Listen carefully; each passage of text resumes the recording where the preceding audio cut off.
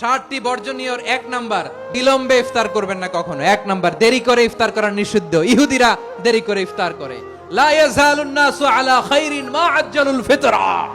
বিশ্বনবী বলেছেন, এই উম্মত যতদিন আগে আগে ইফতার করবে, এই উম্মতের কপাল থেকে কল্যাণ কেউ ছিনিয়ে নিতে পারবে না। চিল্লায় বলেন ঠিক কি না? আজানের জন্য বসে থাকবেন না, সময় দেখবেন।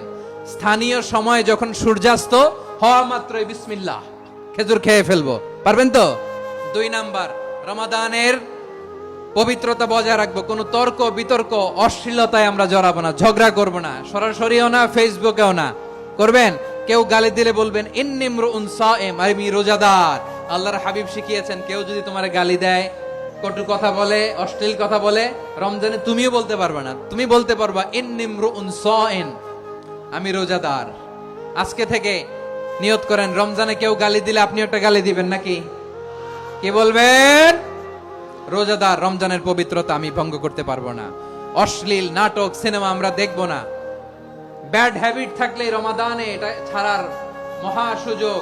স্মোকিং এর অভ্যাস আছে অনেকের, ঠিক কিনা? যদি কারো থাকে, কে করে হাত তোলালাম না আমি।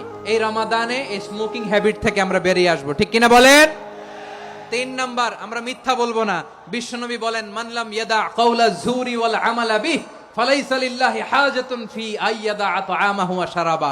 যে রমজানে মিথ্যা কথা, মিথ্যা কাজ, মিথ্যা সাক্ষী ছাড়তে পারে নাই, তার না খেয়ে থাকা, উপবাস থাকা দিয়ে আল্লাহর কিছু যায় আসে না। এজন্য মিথ্যার সাথে আমাদের কোনো সম্পর্ক আছে?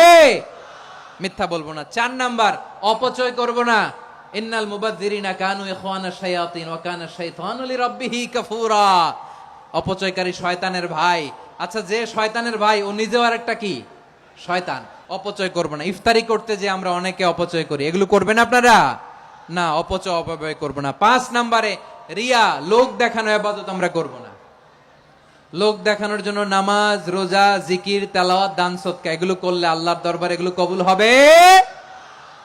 বিশ্বনবী বলেন, দাজ্জালের ফিতনার চেয়ে একটা বড় ফিতনার ভয় আমি করি। সেটা কি? আর রিয়া, শো অফ মেন্টালিটি, লোক দেখানো মানসিকতা। এটা থেকে আমরা বিরত থাকবো ইনশাআল্লাহ। 6 নাম্বার, অনেক গুরুত্বপূর্ণ। ব্যবসায়ী ভাইয়েরা, অনেক অসাধু ব্যবসায়ী আছে, রমজান আসলে নিত্য প্রয়োজনীয় পণ্যের মূল্য বৃদ্ধি করে দেয়। এরকম আছে না নাই? এগুলো করবেন না। মজুদদারি করবেন না।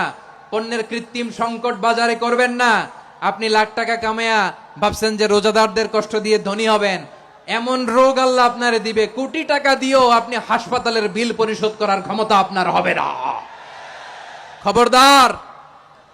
শেষ বয়সে দেখবেন কি কষ্ট আপনার হয়। আপনি রোজাদারদের কষ্ট দিচ্ছেন, আল্লাহ আপনার সুখে রাখবে?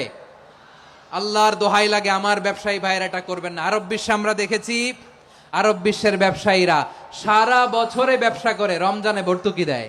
আর আমার দেশের কিছু অসাধু ব্যবসায়ী রমজানে গলাকাটা ব্যবসা করে আর সারা বছর সইটার উপর দিয়ে চলে। চিল্লায় বলেন ঠিক কিনা?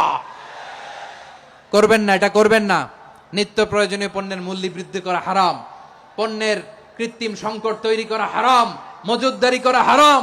রোজাদারদেরকে কষ্ট দেয়া হারাম। এটা করবেন না। 7 নাম্বারে সর্বশেষ কথা, অধীনস্থ যারা আছে তাদের কাজের চাপ আপনারা কমিয়ে দিবেন। কাজের লোক, ফ্যাক্টরির ওয়ার্কার, স্টাফ, তাদের প্রতি যদি রহম করেন, আপনার উপর রহম করবে কে? এই পবিত্র রমাদানে 7টা করণীয়, 7টা বর্জনীয় মনে রাখা যাবে তো ইনশাআল্লাহ? রমজানের 7টা করণীয় এবং বর্জনীয় যে আমরা শুনলাম, পালন করার তৌফিক দান করো।